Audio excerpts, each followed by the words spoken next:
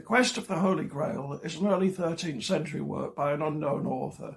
It actually belongs within a much larger collection called the Lancelot Grail, written originally in Old French. Its standalone publication by Penguin in 1969 made it fully accessible to the general reader, and its editor, Pauline Matarazzo, deserves the credit for that. The story begins with Sir Galahad, the enigmatic and mysterious epitome of chivalric perfection. Galahad comes to Camelot, where to everyone's surprise he sits unscathed in the fabled seat of danger. Shortly afterwards, King Arthur's knights sit down to eat a meal, and the Holy Grail appears in a collective vision. When it fades from view, Sir Gawain vows to rediscover it, and the entire company does the same. The next day, the knights depart on the quest which forms the book's title. What follows is a series of what Pauline Matarazzo points out are aventures, the old French term as used by the Grail's author being much broader than the English term adventures, normally used to translate it. One cannot have aventures unless one possesses the right level of sanctity. So, because Hector and Gawain are sinners, they ride the length and breadth of the land without experiencing anything unusual, and they eventually return to Camelot in disgrace. The world for them is, and can only be, merely profane. The three favoured knights are Galahad, Percival and Bors.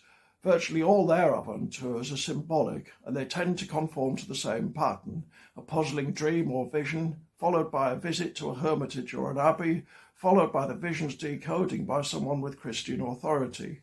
There's no obvious progression to the quest, as there is, for example, in Bunyan's The Pilgrim's Progress. Strange things continually occur, but they don't have the character of milestones. When the Holy Grail finally does appear, it's almost out of the blue. The devil is ruthlessly determined to bring down any knight of real value. In the quest of the Holy Grail, this world is a war zone, and the heavenly realm has to keep breaking in to return fire.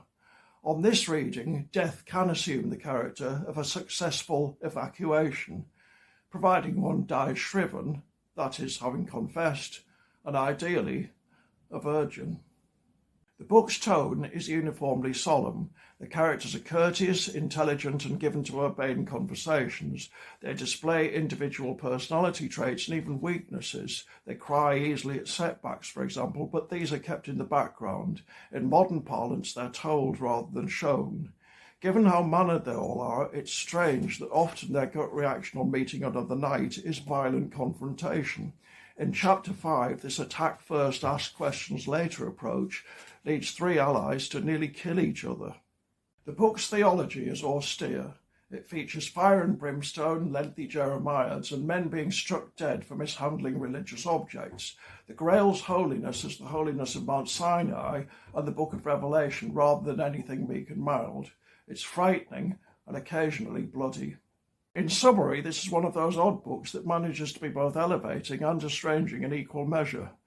But then the past, as they say, is a foreign country.